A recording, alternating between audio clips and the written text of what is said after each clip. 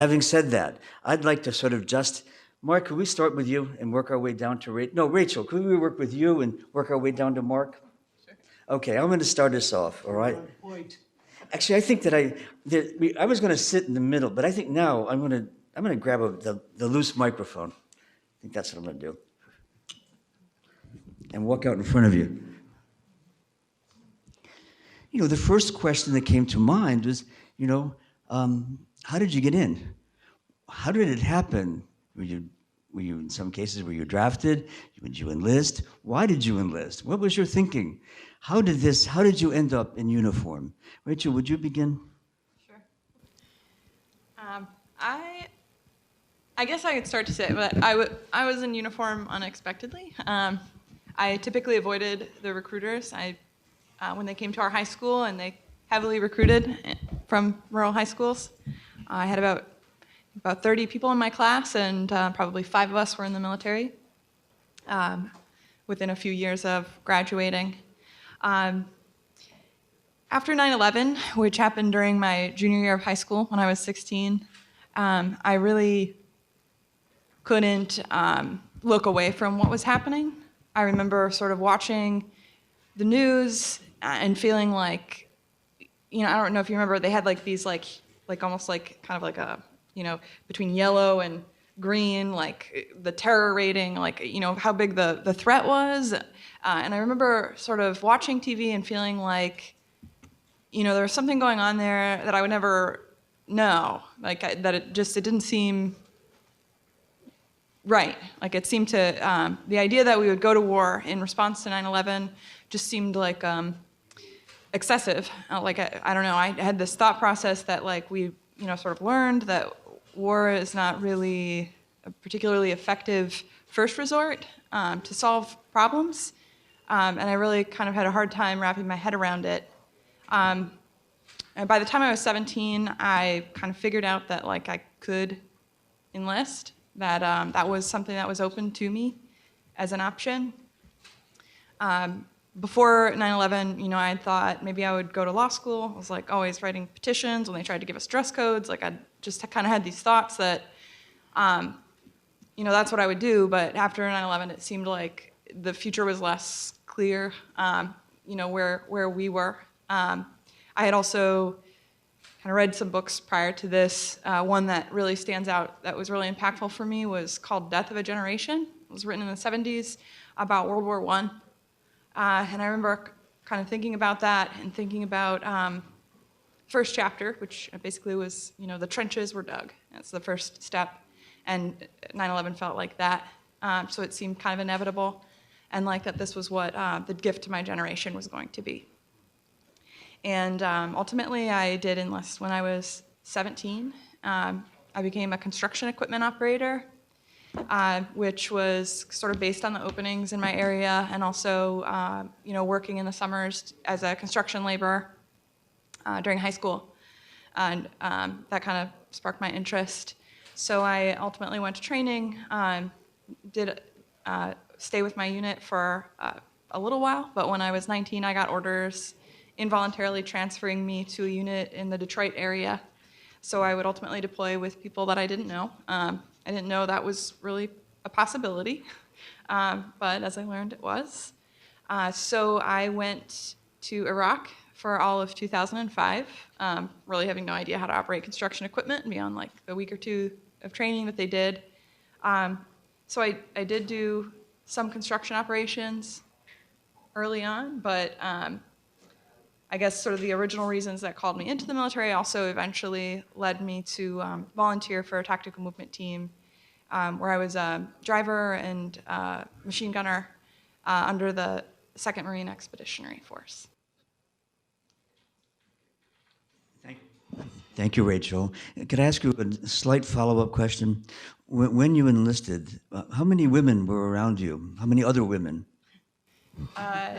Basic training, I think there were maybe 60 out of 200 and some. 60 out of 200. They, we were separate, but we trained together. We had like our own separate area of the barracks, but they would take the women out pretty regularly in the middle of the night, smoke us, make us stronger, stuff that the guys never had to do. In my unit that I deployed with, there were maybe 25 of us, I think, in my company, but just one other woman on the tactical movement team at any given time. David, I think that, don't you think that that would be a significant difference, a specific difference, the role of women in these wars versus the Oh, yeah, the only women I saw in Vietnam were donut dollies or the nurses when we got hit. So there were no women in the ranks, you know. I have stood up and lectured at South Boston High School with Rachel. She's got more guts than most guys I know. So, you know. David, how did you end up? Tell us a little bit about Well, I grew up in Southie, and my grandfather was in the IRA and was in the Black and Tan Wars fighting the British, and come home and used to tell me those stories. And my dad and his only brother both joined the military on Pearl Harbor Day. My dad was in the Army. His brother was a CB UDT. He would have been a SEAL today. Both hurt. But I grew up in Southie, very conservative, very close-knit. And it was my job to join the military. There was a war, and my generation and I was going. And I asked for it all, volunteered infantry, volunteered Vietnam, because I didn't know we were being led down the garden path. Just as a matter of clarification, how long did you sign up for? 3 years. 3 years. And Rachel, you? 8. Yeah, okay. All right. And David, what happened then? So, Well, I went to basic and infantry school and jungle training down at in Panama, I think it was Fort Sherman, and was deployed to Vietnam. I got there on the 2nd of February, '68, just as the Tet Offensive was starting. And when I came down off the stairway from the plane, there was a black sergeant first class and 2 young black specialists, and they were handing out M16 rifles and bandoliers of ammunition. And the black sergeant first class said, he said, you're here to kill any you see. Now, I had just come 10,000 plus miles to help these people, and I knew what was going on, even though the day before Walter Cronkite said we were winning the war. He could see the light at the end of the tunnel. But I wasn't surprised at the thing, because in all my training, I had never heard the word Vietnamese. I had heard, and I knew they were trying to brainwash me, but the British didn't like the Irish much either. We young Irish kids during the rising in the Black and Tan War were nits who would become lice. Shoot them. So I wasn't buying any of that, but I couldn't get on the Bayview bus and go home, so the only way out was through. all right, we're going to leave you there for a minute, but Say just a again. minute, all right? Sangvo, and did I say your name properly? Yes. Good. How did it happen to you that you ended up in the military? So I remember like it was yesterday. So I was on College Board looking through colleges, and one came up, the United States Military Academy. So from there, I was really thinking, oh, yeah, the military, and then from then on, I went to the Army website and really thought about what I wanted to do in my life, because I was just a senior in high school. I really didn't had a sense of purpose, and I felt, going to college, I would be lying to myself. So, I looked up certain jobs, and I went down to Recruiter. We talked about some of the jobs that they offered. A lot of it was like field artillery, infantry, supply, and then combat medic. So the biggest issue that I ran into was that because I was 17, I needed my parents, so I had to persuade them, hey, how can I really do this? And they're Vietnamese, they're really conservative, and they generally would, be a bit disappointed in me for going to the military. So I had a great idea. So I brought 2 recruiters to my house for dinner one night. One of them happened to be Vietnamese, which is Sergeant Nguyen. He worked at the recruiting station, so he decided to help my recruiter. So they both came down, and they talked about it, and then I got their signature. So from then on, I got the combat medic contract, and for 4 years. 4 years, and there was a Vietnamese sergeant who was in recruiting, Yep. and came to your house for dinner. Yep, for dinner.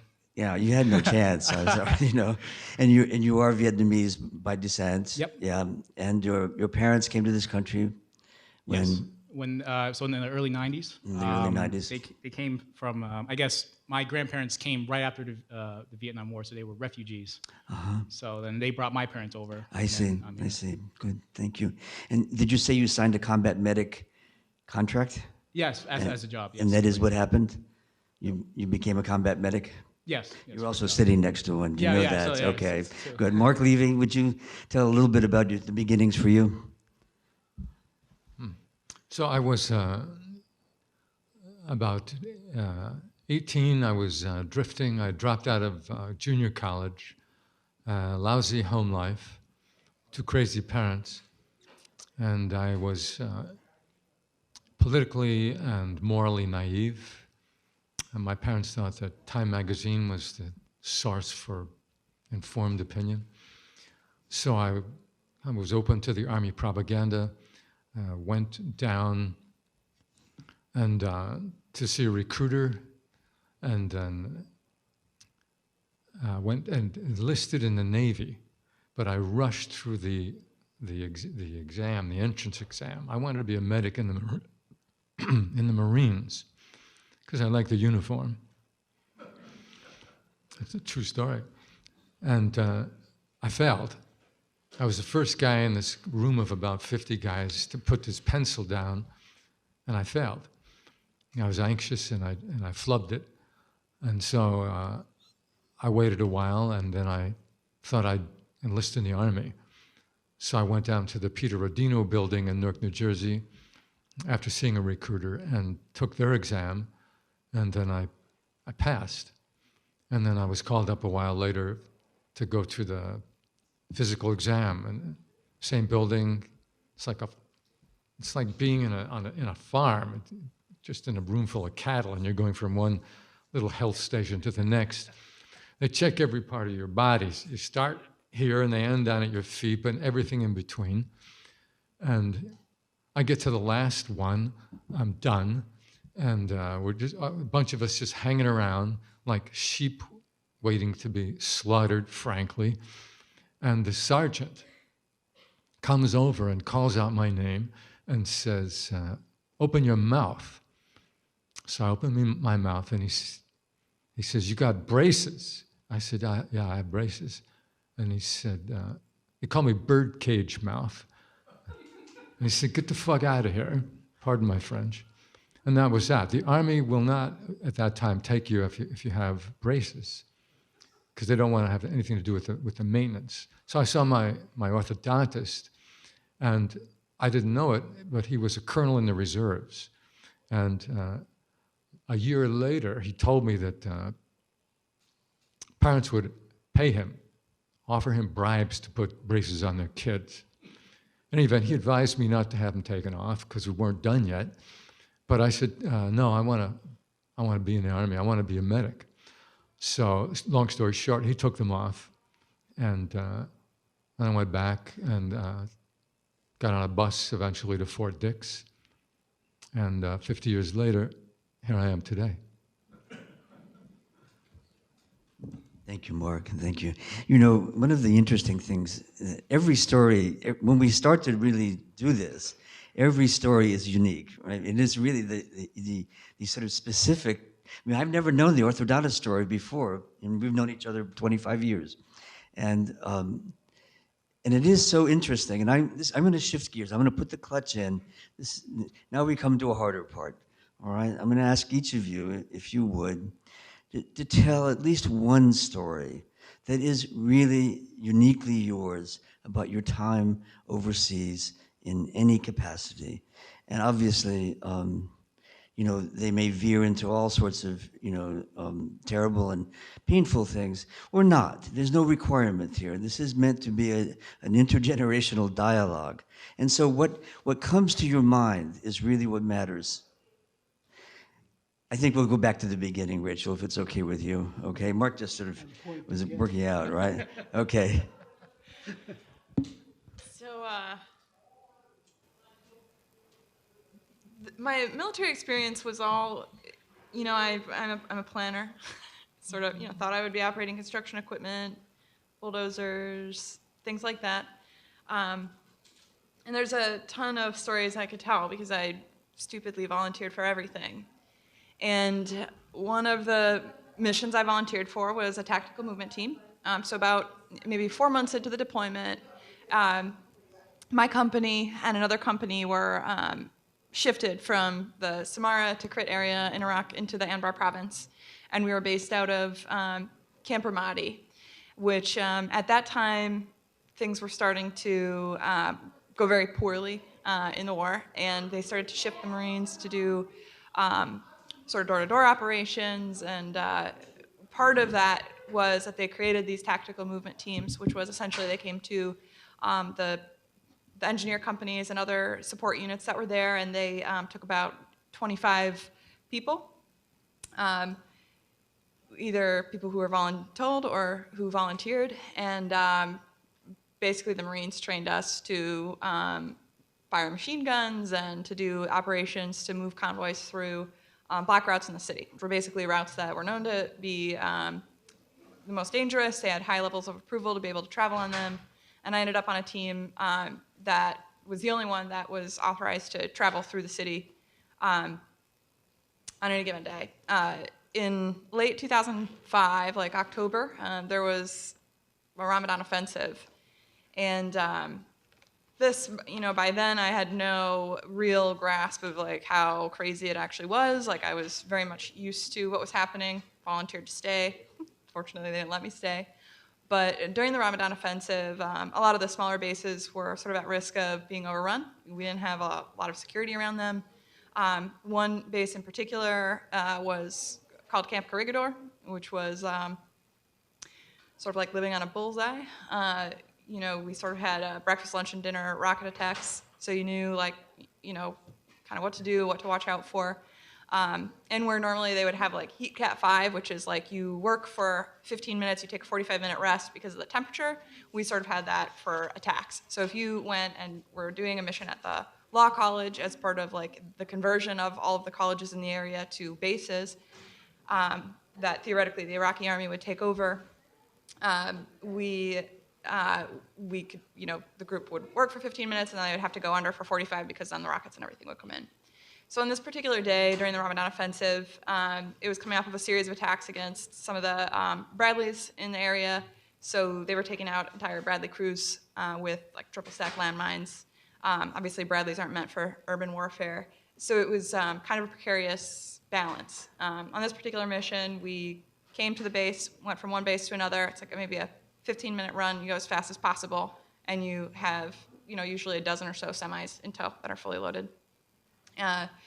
We were attacked on the way. I don't remember exactly which attack it was, but we got to the base, to Corregidor, and there's no real place for us to hunker down because everybody was sort of stuck there. So they called it Full Metal Jacket, where everybody stayed. So we were like all kind of parked outside of there, and we came under pretty severe attack. So a bunch of people in my crew were injured, and then when we responded, since I was a combat lifesaver, which is basically the first person to go in when we wait for the medics to get in, another round of rockets came in, somehow missed all of us, but we had to medevac everyone, kind of get our people out. It was at the time, just a normal kind of experience for our team because we were kind of constantly in these operations. But what kind of became defining about the experience was really after I came home, and that's when I discovered that women are not actually in combat because I went to the VA, and they always ask me like, well, what's the one thing, and so that was the one thing, and this gentleman who had served in the Navy in the 80s informed me that I was probably imagining someone else's experience as being my own, which was super helpful, and yeah, I mean, it really became a defining thing because there was it was almost as if there was a denial, like, versus it being because of my gender, which, I mean, I think it was ultimately. I think it was also partly a denial of, what was actually happening in the war, that they would have me in that situation. Like, he just couldn't fully process it. So he went to the rules, which is, technically, women are not allowed in a combat role. And there I was saying I was a 50 cal gunner. Thank you, Rachel, and really, and you brought us to that really weird uniqueness, right, inside. I mean, first I wrote down when you said this was normal, and then it became really abnormal, didn't it? And you and your tactical team, were you the only woman in that group? There were 3, but there were usually only 2 of us on mission at any time because they had to have a buddy, right? We had to have another woman in case we got put on a base where they didn't allow us to bunk with the men. So there were 2 women who were NCOs. I was the lower enlisted in the crew. And what was your rank then? I left as a sergeant, but during my deployment, I had only been in for a couple of years, so I was a E4 specialist. All right. Thank you. I should say to everyone that one of the things that all of the panelists were told by Mitch is that feel free to bring poems or other writings, and if you want to read something, and I out of the corner of my eye, I just happened to see, my esteemed colleague, David Connolly, reaching for a book. And so, David, are you thinking about that? Yeah.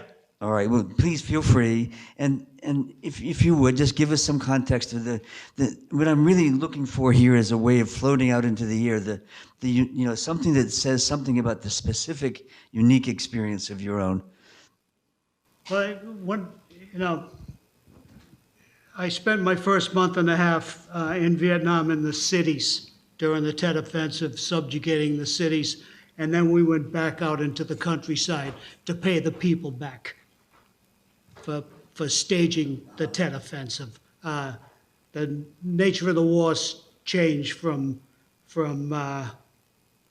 fighting for the cities to search and cordon, search and destroy, burning villages, I heard stories from my grandfather about how the black and tans would come through the villages in Ireland and search for arms and ammunition and foodstuffs out of proportion for the number of people that lived there. And if you had too much food, that meant you were helping the IRA, and the black and tans or the Tommies would burn your house down, or the whole village. That's what I did a whole lot of time with surrounding cordon villages, and I'm just, I got hit once and broke my skull, my nose, my cheek, my jaw, my neck, my clavicle, and my shoulder. 10 days later, I was back in the jungle. Like, I couldn't even hear. I couldn't see straight, but they threw me back out into the jungle. The next time I got hit twice in one day. And that was the end of my experience in Vietnam. I'm going to read something that's kind of explanatory. The term Matty Mattel is about the M16 rifle, which was low bid contract crap. The AK-47, which our enemies were armed with, was probably the best weapon ever devised for close combat.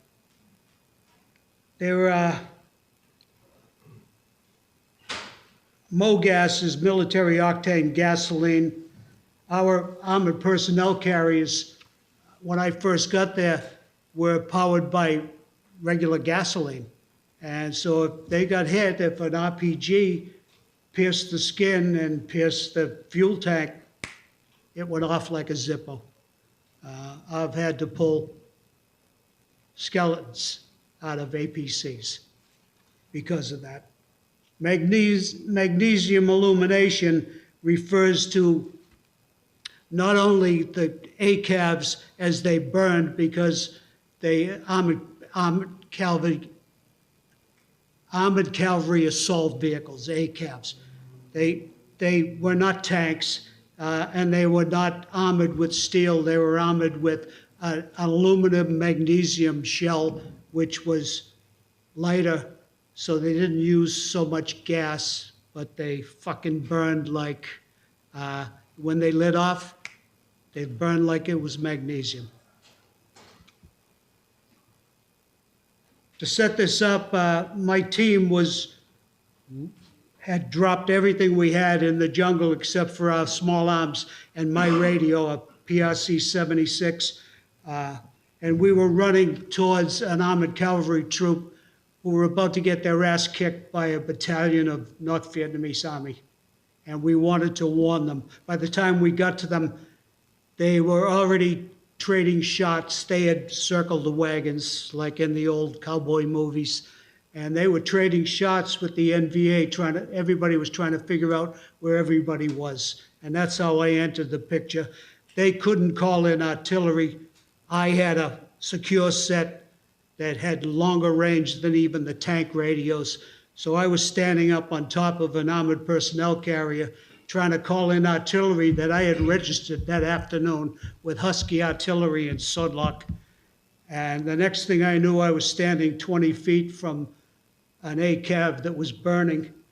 I still had the radio handset in my hand. I was no longer wearing the radio. Most of my pants were blown off and my guts were dangling down the left side of my body. I was knocked down by a medic. I didn't know people were shooting at me because I was deaf from the explosion, and dragged into the middle of this horror show and shut up with morphine.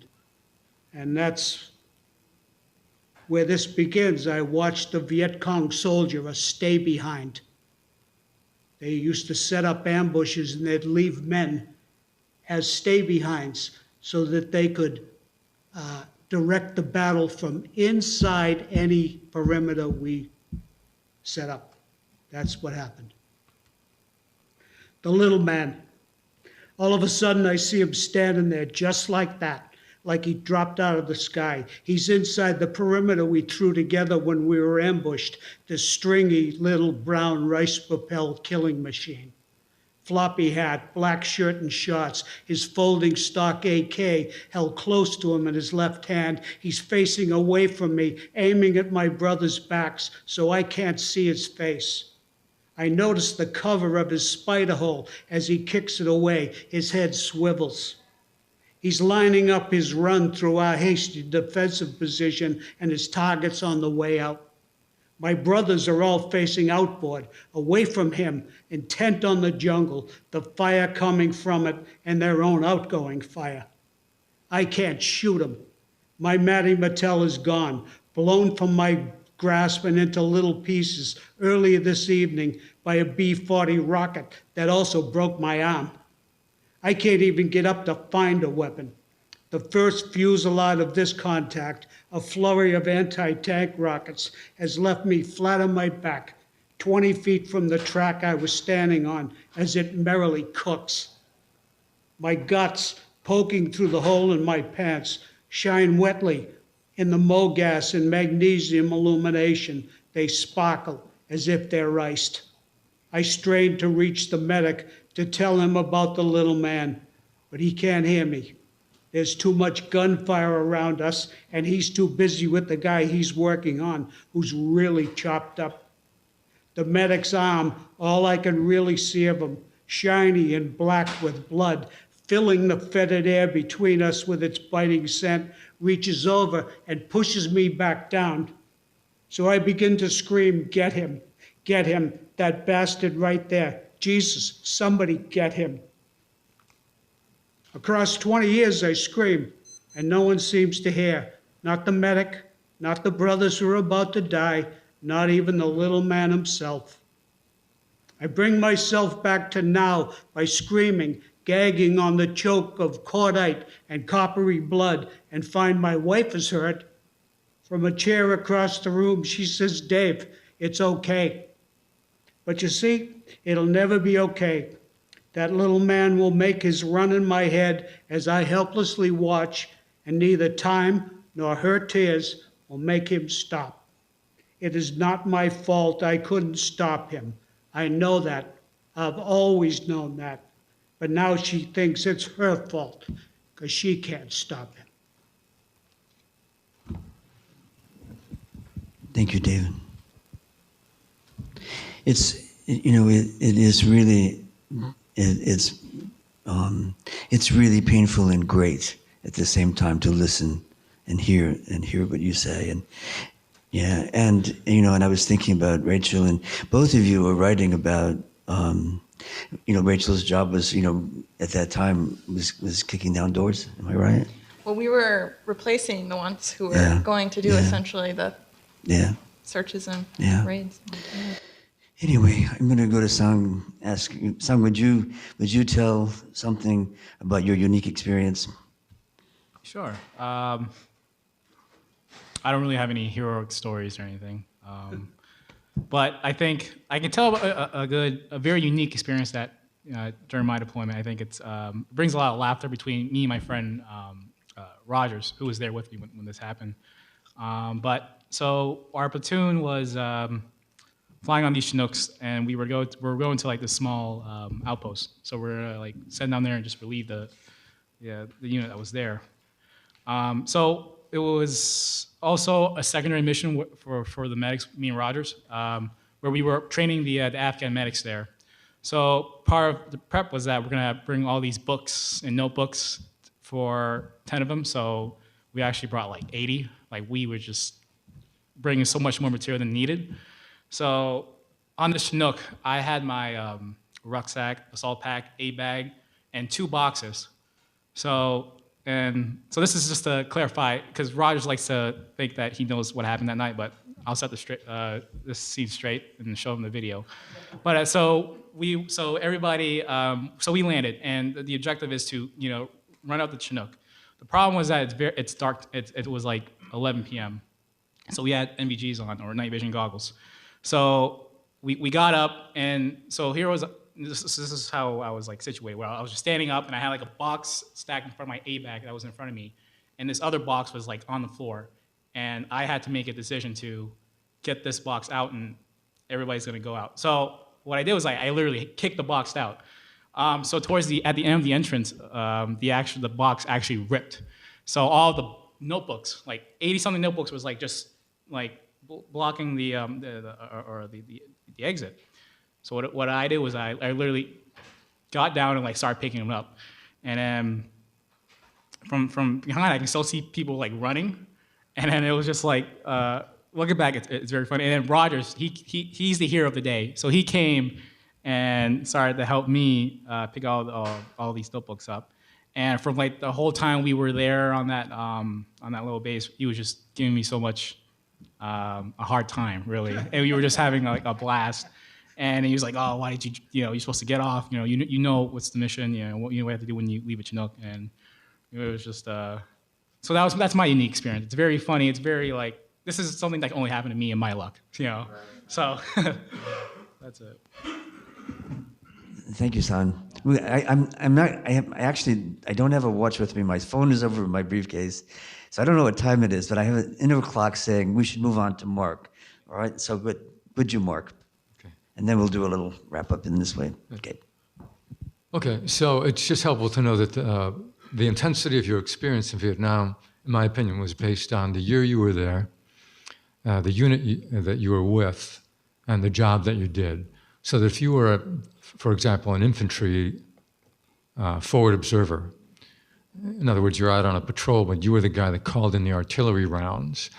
Some say you had a lifespan of less than a minute. Those guys went kind of quick. In any event, the year I was there, I saw it was not a year of big battles. So instead, I saw my share of firefights and the occasional rocket and mortar attack. I was on a base that was overrun. That was a bad night. The story I want to tell is what I think is one of It's a non-war war story. So I'd seen my share of combat. I did 8 months in the infantry as a medic. Should have done only 6. That was the policy in the first cav. So I was back on a rear base, and I had a menial job. And I was ordered to go back out to the jungle to be a medic for another company because their medic was down. He was either wounded or killed. And I refused. I just instinctively refused. It wasn't my company. I didn't know these guys, and I'd done my time. So first a sergeant, and then a lieutenant, then a captain, and finally I think a major came over to me. You gotta go. This is a direct order. You gotta go. So I had to scarf up my gear, helmet, ammo, C rations, water, M16, put everything in my pack. And I walked out to this chopper pad, and I didn't realize it, but I was melting down. I was getting kind of angry. And this chopper comes in, 10 minutes later, and they're hustling me on, get on. And I just said, no. I knew what was going down. There was a lieutenant back in the rear, and he was the one who gave the order. He didn't like me, and I didn't care for him. I didn't get along with the guys back in the rear. I figured it was him that gave the order. So I brushed these 2 warrant officers off in a chopper. I just said, no. And they looked at me strange, and then this chopper just lifted up and went away. That was the chopper that was going to take me out to the jungle. And then just by chance, 10 minutes later, this other chopper comes in. I don't know what they were about, but I said to them, are you going back to the rear? And they said, yes, and I hopped on board. I'm locked and loaded. I got an M16, I got 3 bandoliers, I got a 50-pound or whatever pound rucksack with food and water. And I'm not just angry, I'm enraged, but I'm not thinking, I'm just feeling that. So it's about, let's say it's a 15-minute flight to this place called Phuc Vinh, big, large base, where the battalion aid station was. And it's about, let's say, a half-mile walk from the chopper pad to where the battalion aid station was, where the medics were and the lieutenant who gave the order. And I'm walking, and I'm angry, and I'm locked and loaded. And I finally turn this bend, and there's the lieutenant just coming out of the aid station. I see him from, let's say, 40 or 50 yards. And I start walking toward him. Step by step, my M16 by itself just kind of raises up and levels itself to his chest. And as I near him, I start to curse him out. And I'm cursing, I'll spare you, but I'm cursing him out. And in between the curses, I'm saying, are you sending me out?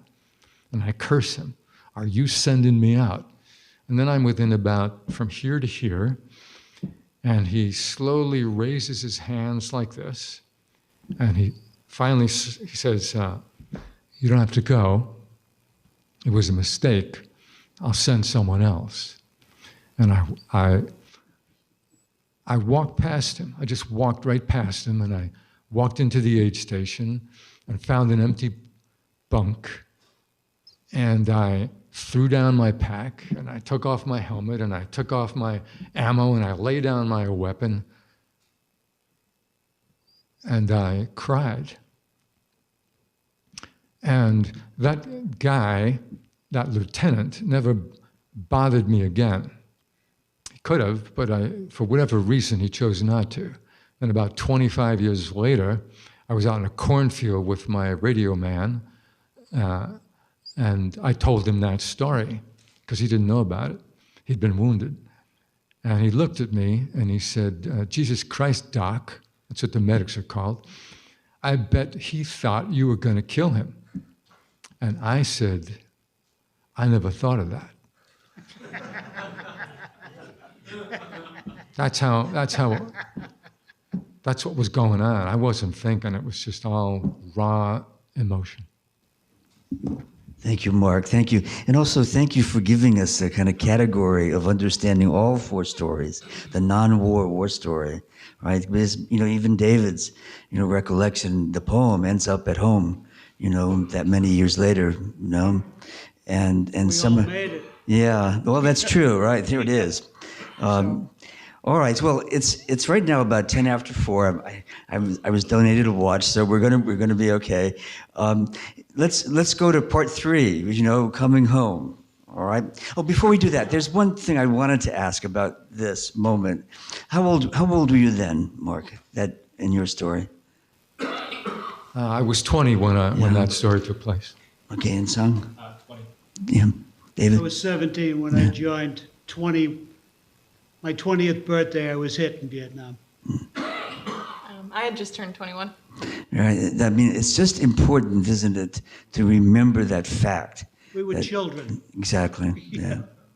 I mean, children with these concerns, and even though sometimes it, could be absurdly hilarious, right? It never is. Ultimately, it's more absurd than hilarious in the end, and especially when you're 20 years old. Some things are funny, Yeah. but the humor is GI humor. It's so black. Yeah. It's so dark, that civilians don't get a whole lot of it. So, we laugh at it and they look at us like we're crazy. But we're this way for a reason. So. Thanks, David. Want to go home? Yeah, let's go home. All right. So, Rachel, what happened, and how did you get back, and what was it like, and how did it feel when you got back? It was super weird. I mean, because like I said, around that time that all that happened, it was nearing the end of the deployment, and we started sort of taking our casualties, and our replacements came in, and we had to train them, and they were, accepting volunteers to stay and to fill some of the other units. My platoon sergeant, who really didn't oversee me since I was on this other team, said that, he wasn't really interested in me staying, that nobody had slots for women, played the whole thing, which was probably smart. I'm not really sure what was going on in my mind that I wanted to stay in that situation. Shortly after that was the Battle of Ramadi, so it was sort of like just this eerie sense, kind of driving and leaving, it just felt we should all be staying and not just sending some newbies into this storm. But then I came home, and within 8 days of landing in the U.S., I was back in Wisconsin. We had left the base, done our regrouping, and then, had a few months before we had to report back to the reserve unit. Within a few weeks, I remember going down to Ohio, which is where a lot of the people from my unit were from, for one of my friend's 21st birthdays. I had been my peer on my gun truck crew, which was 3 people plus a medic. So it was his birthday, and I remember going out, and someone punched him before any of us were drinking. I hadn't had a single thing to drink, and it's my first sign that something significant had changed was that once this guy punched him without thinking, I punched this guy that punched my friend in the face. No thought process. It was well, I'm not a conscientious objector or whatever, but I just sort of automatically just went after this guy. And then just walked out. The bar owners were like, hey, we got that on video if you want to call the police. And I was like, no, we better just head out. So I, kind of realized that it was there's some sort of shift. And I think that was, I was 21. So it was really kind of hard to make sense of, but looking back, that was probably my first sign. And then, I think I alluded a little bit to when I then went to the VA shortly thereafter, I think by 4 months later after returning, then they were like, oh, you're fine. It's just, you just need to stop imagining these other people's experiences, kind of thing. And that was also enraging, but at the same time, I think it ended up kind of putting me on a particular path where I didn't expect that the war would still be on. Now, I'm 35, but I have been basically doing whatever I can to lessen the damage, kind of ever since then, while trying to kind of work through everything that happened. but I was in the military ultimately until 2010, and it was like I'd had some line of duty determinations for stuff from overseas, but it sort of took that amount of time for them to ultimately medically retire me for like an autoimmune thing that I developed, probably from working in the burn pit. But that was like sort of another shocker where I was, expecting to stay in the military and to, continue on. I was kind of rising. I was promoted ahead of my peers. I was, a mentor for a lot of the younger soldiers. But it was really hard to process. One of the kids that I had graduated from high school with, one of the 5 that enlisted, ended up killing himself. Not too much longer after I came back, after he did his stint with the Marines. And then a lot of the friends that I had served with started having issues. One of the guys that had a traumatic brain injury tried to kill his entire family. Another one was in prison for 7 years for armed robbery. You just kind of start to see things playing out with everyone, which, sort of facilitated, again, my a lot of the work that I do, and kind of recognizing this gap that was there for at least like the first few, rounds of veterans coming home, I think, before they started to put more things in place. But I really became active with Iraq Veterans Against the War while I was still in the military, trying to kind of understand moral injury and, what it was that I was seeing that was happening with myself and my friends, and trying to just kind of have a impact however I could, even though it's, not really possible for one person to stop any of it.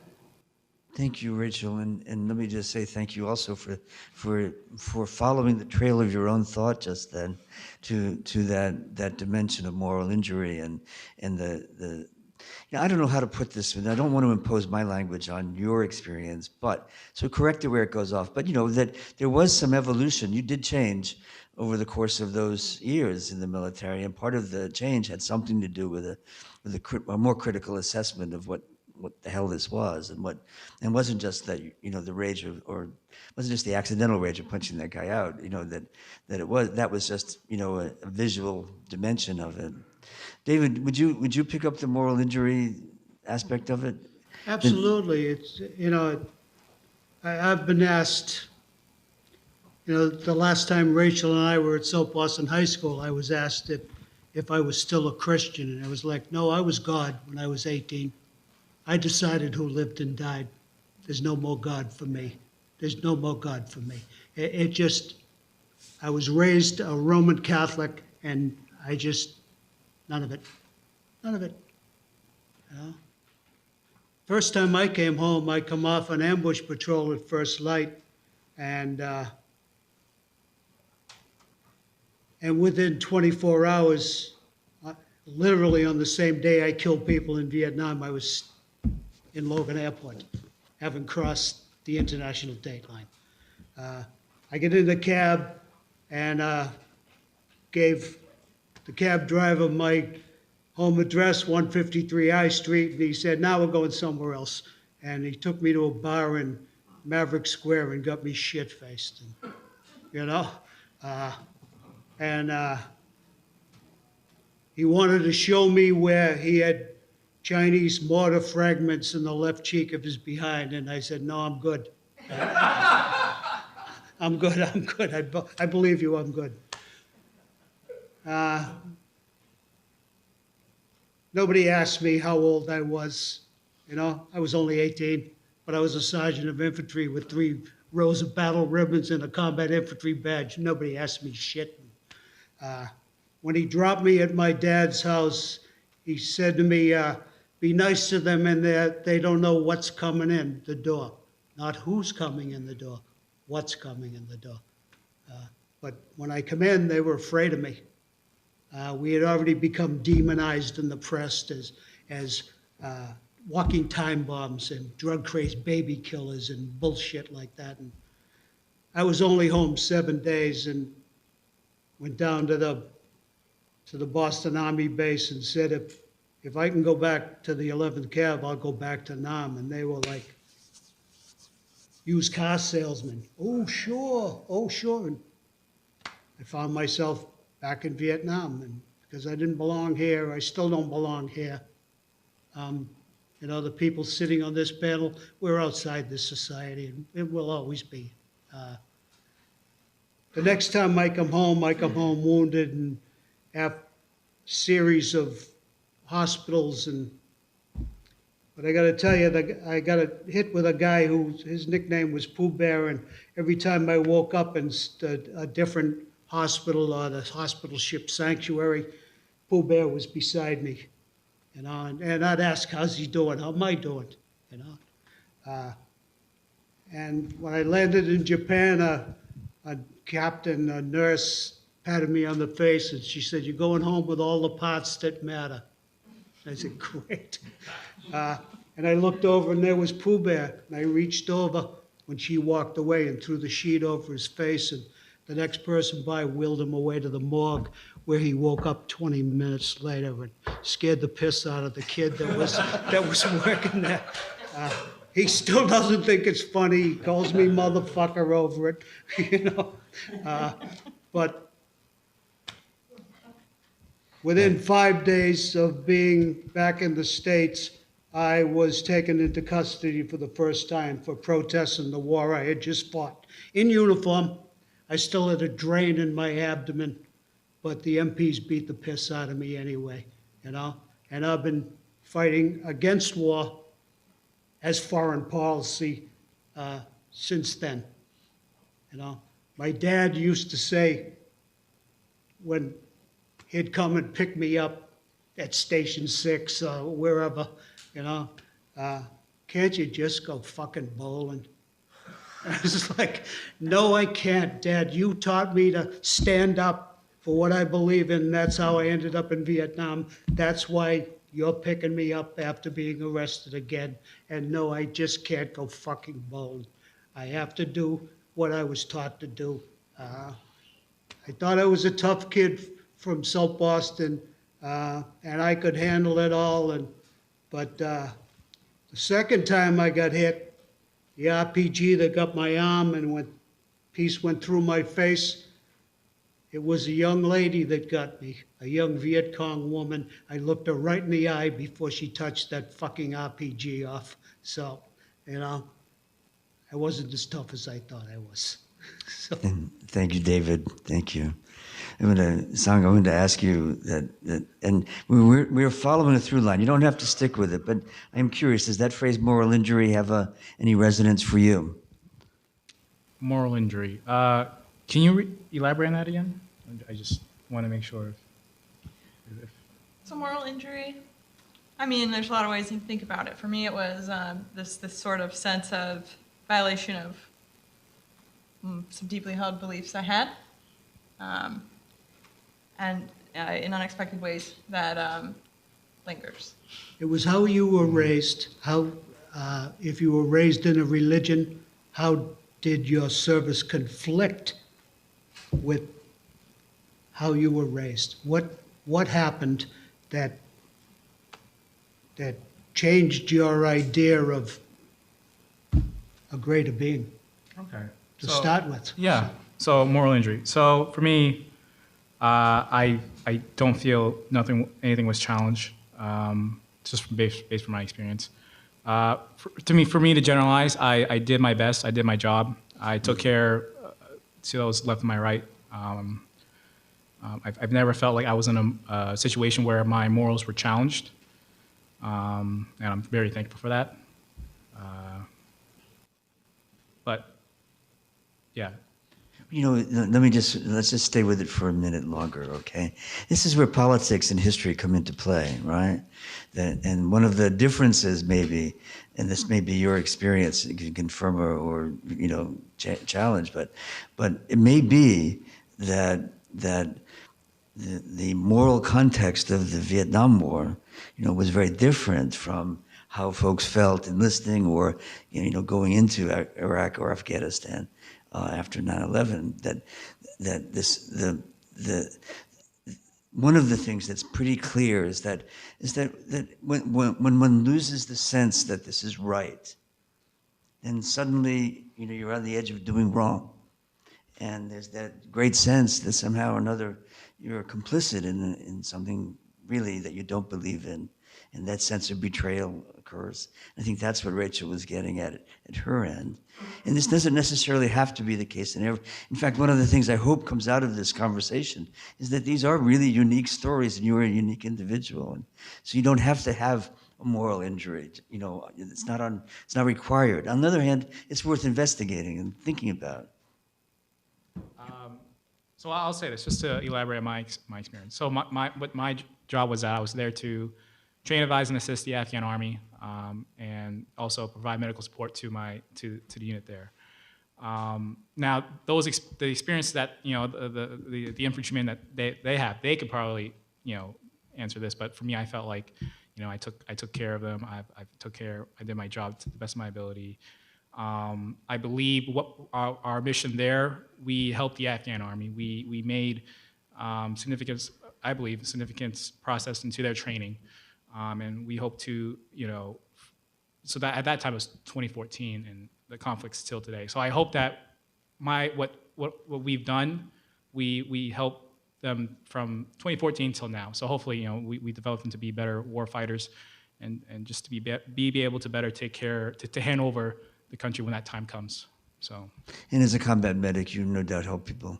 Yeah, hopefully they, right. It's kind of really funny. I really think about this, is that for me to do my job, something bad has to happen. Yeah. And so for me, I would rather have nothing bad happen. So I always, pray for that. But obviously, reality is ugly. So. Great, thank you, Marc. You want to follow that theme a little bit? Okay.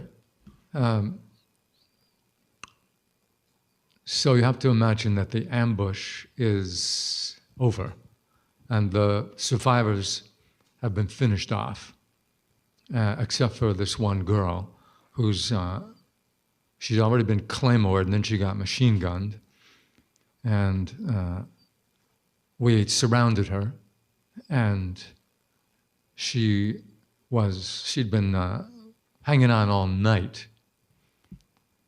So she was dehydrated, and her legs were broken, and there's 20 GIs surrounding her. And I walk over to her, and she reaches up and she starts pawing at my canteen.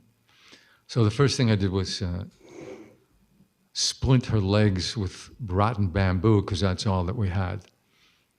And then she's clawing, her hands are like claws, she's clawing in my canteen. And there I am, I'm 20 years old, and I don't know what to do. I'm thinking, in terms of moral injury, my thoughts, my perception, my way of processing this was, if I give her my canteen, that's a quart of water that's going to be contaminated. I'll never touch that canteen again. I'm going to be down a quart of water. I'm also thinking, a platoon is looking at me. What do I do? So I hemmed and I hawed, and this was not a moral decision. This was not a rational decision. I just sort of went with a non-cognitive, there was no cognition here. I just gave her the fucking canteen, and she just glugged it down. And she's glugging it down. I thought, well, that's that. I'm never going to touch that thing again. Because she was an other. She was a bug. She was non-human. She was a thing. That's the way I thought of her. That's the way we thought of these people. And then a chopper came, and a medevac came and airlifted her out. And later on, we found out that she was in the lead element of maybe 100 NVA that were coming. But whether she lived or died, I don't know. The end of the story is that you fast forward to 1998 or so, and I meet Bao Nin, who some of you may know about. He wrote The Sorrow of War, NVA veteran of 500 people in his unit, 90% were wiped out over a period of 7 years. And I met him just by incredible coincidence, and Fred may have been there at the time. It was very emotional, very, very emotional. And I interviewed him the next day for about 2 or 3 hours through a Vietnamese interpreter. And it was then that I had this sort of breakthrough and finally saw the Vietnamese as human beings. It took a while. Thank you, Mark. Mark has written beautifully about his meeting with Bao Ning.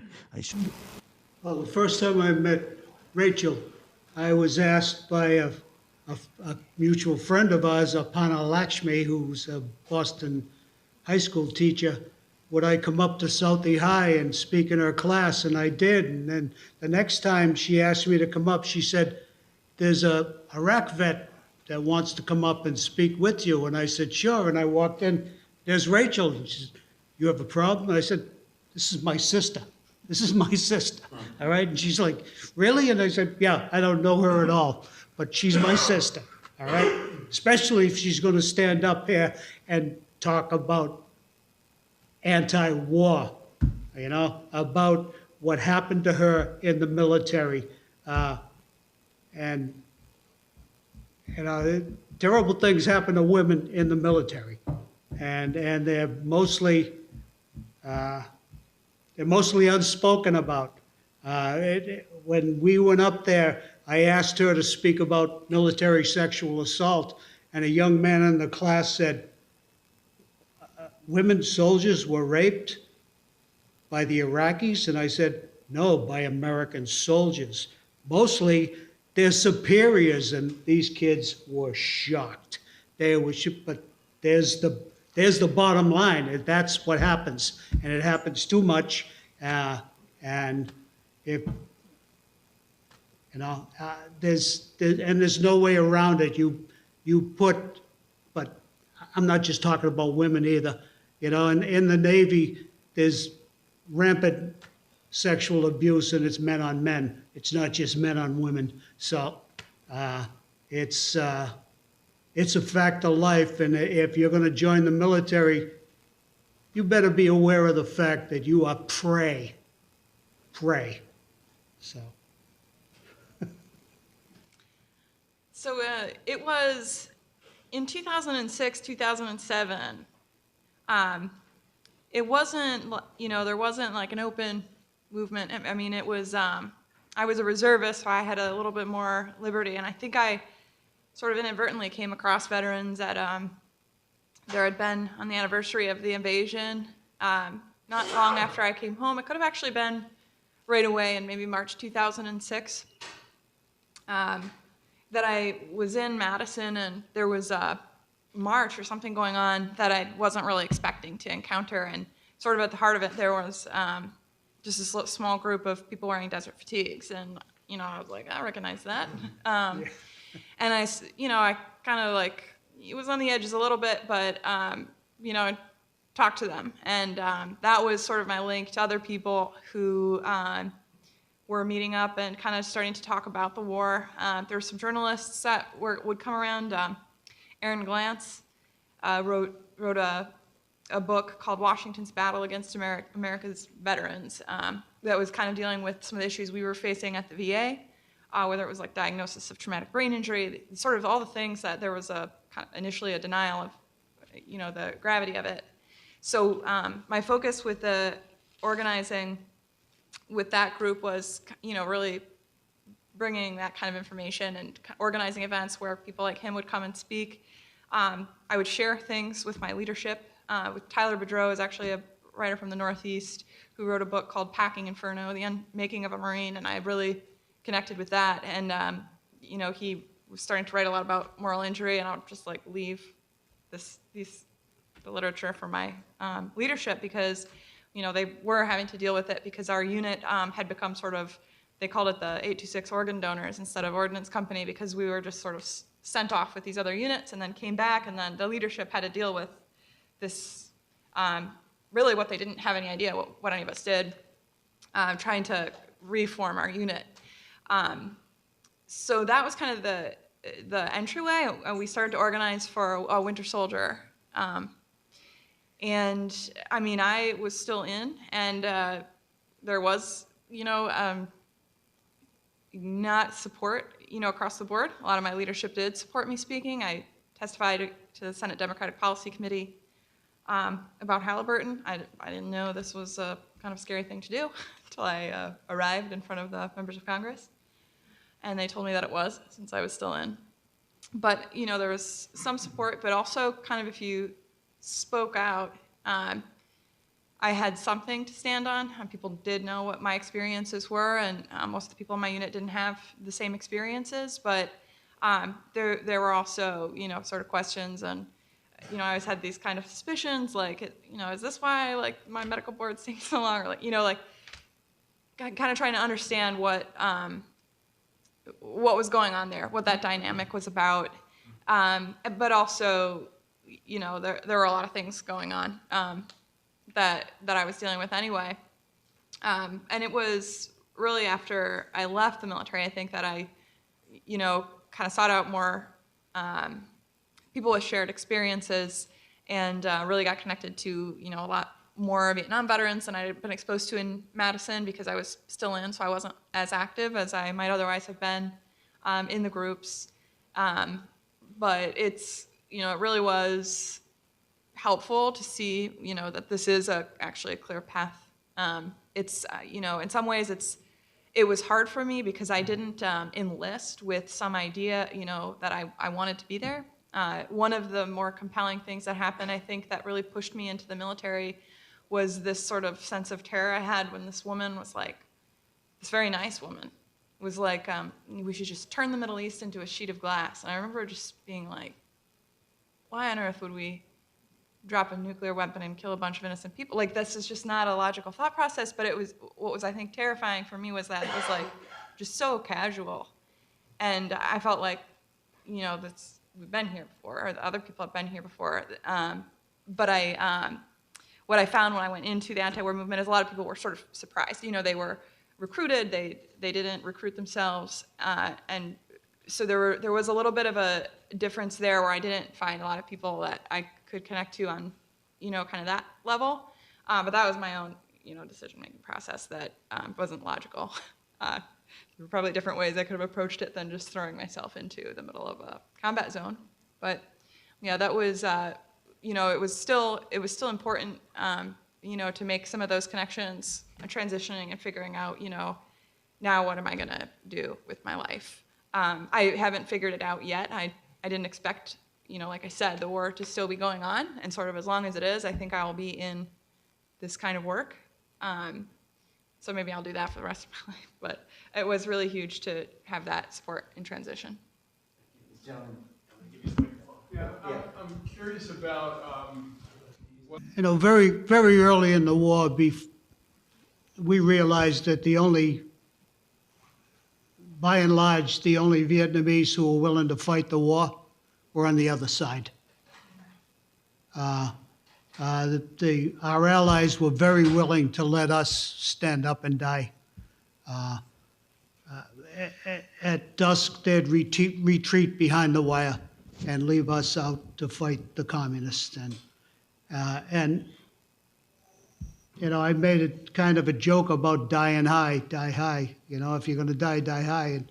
But there were times where, we'd approach a trail junction and the lieutenant would say, "Conley, you're up." Like, I'm supposed to walk down that trail. And I knew it was alive with fucking death, and I'd say, "No, walk around it. Call in TAC Air. Call in Artie. Artillery, excuse me, Artie." Like you're supposed to know nomenclature. But it's like, I'm not walking down there. What are you going to do if I don't? Send me to Vietnam? Put me in the infantry? What are you going to do if I don't? And if he pushed, there was a real chance he'd be bagged before the morning came. Okay? If he got people killed by pushing, the chance got greater that he'd be the next one dead. That's what happened. The longer the war went on, the more fraggings happened, the more insurrection happened. And they were little insurrections. You know, I was on radio watch one night, and a guy come on the battalion net, and he said, A Company, 4th of the 12th, which was 199th Light Infantry Brigade, our leg unit. I was Armored Cavalry, but we had infantry too. But he said, A Company, 4th of the 12th, just told their company commander, fuck you, we're not fighting. And the whole company sat down. What are they going to do? Put the whole company in Long Bin? I was in Long Bin for 10 days, you know? And Long Bin, you know, Long Bin, every meal you got a tune-up. And the black MPs would tune up the white GIs. And the white MPs would tune up the black GIs, so it was fair, you know? But it was better than doing stupid shit and getting killed for what ultimately come down to nothing. We killed 3 million Indo-Chinese, 3 million at least, you know? We had 58,000 plus killed, 100,000 plus have killed themselves since coming home, 380,000 wounded. I'm still dealing with my wounds 50 years down the line, you know? It come down to nothing. But people in the bush, they knew that right from the get-go, that we were not going to win this thing. We were not going to win it. So there was nothing to win. So I can elaborate for my deployment to Afghanistan.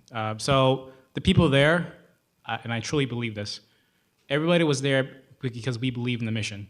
We wanted to be there. Having that mindset of protesting was never anybody's thought process. We wanted to do our job and do it well. I don't know. It's really when you posed that question, sir, it was very surprising. I was like, wow, nobody really thought about going against the Afghanistan war while we were there. It's just preposterous. So it's just So there was none of that thinking there, just from my experience and perspective. That's the difference between the wars. Yeah. That's, you know? And and I would sort of second that. I mean, ultimately, I mean, you volunteered. You know, I volunteered with the intention of being sent and being able to kind of sort things out.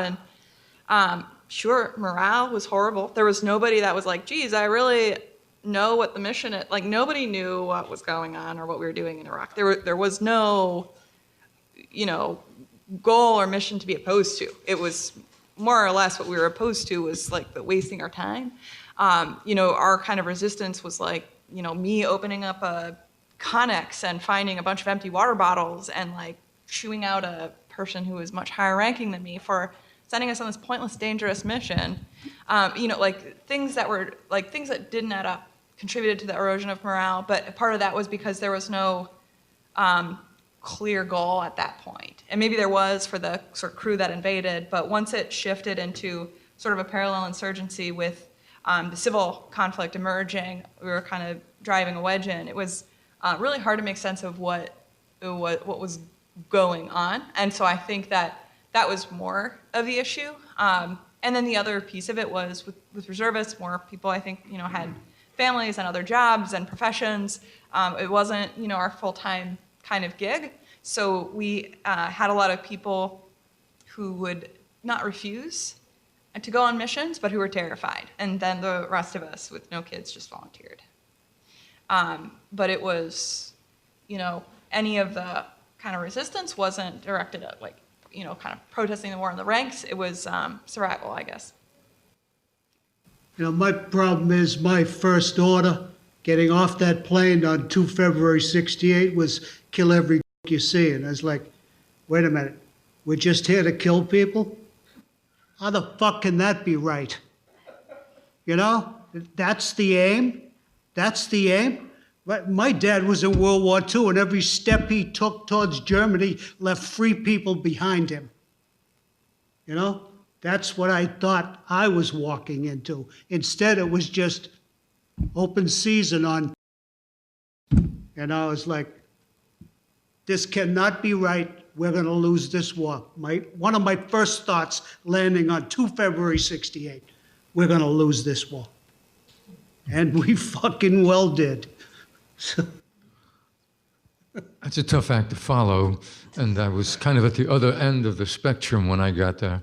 But somehow, on a dusty little fire base in An Loch, I got a copy of the Berkeley Barb.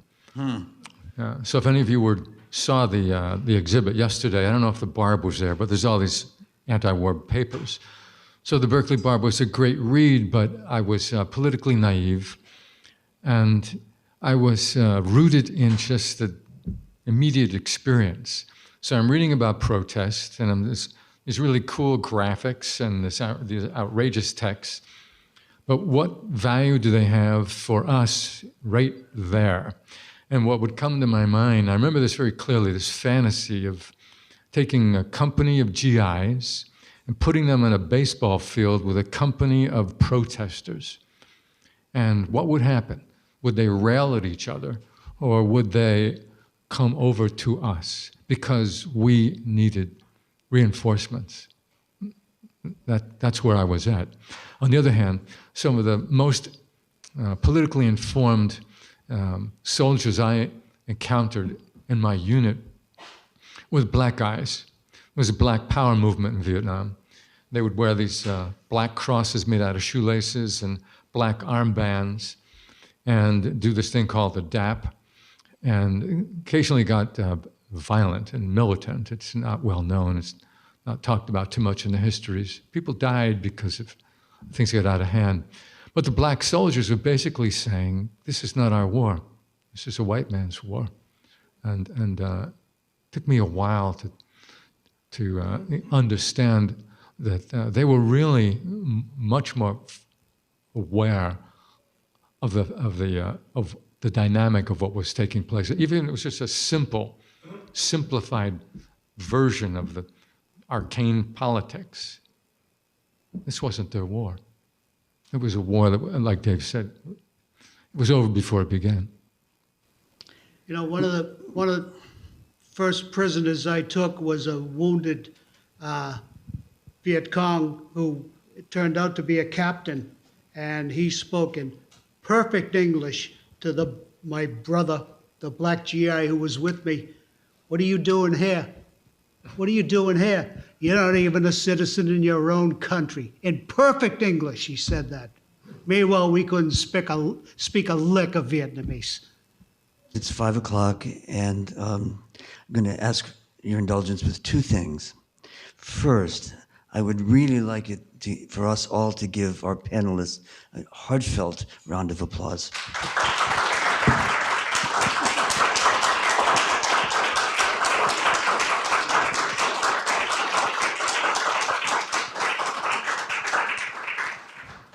Thank you. And the other indulgence is to end on a poem. This one by another Vietnamese poet, a contemporary named Vo Quay. And he's a friend of the Joiner Institute. And he swore that this poem is a love poem. But I know deep down inside, this is a poem about the war. It's called The Peach. Put my glasses on. Want me to hold it over here, Yeah. Fred, so you can see it? No, The Peach by Vo Quay. Overnight, a bat has eaten half the peach. The rest has fallen onto the sad, sad earth. For you, I leave a portion of happiness.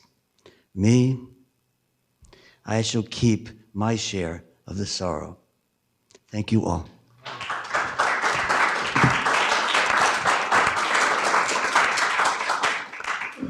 Thank you all so much for coming. There's still food over here, so please eat, drink some tea, talk to someone if you haven't, and thank you again to our panel for being here. Still Appreciate going. it.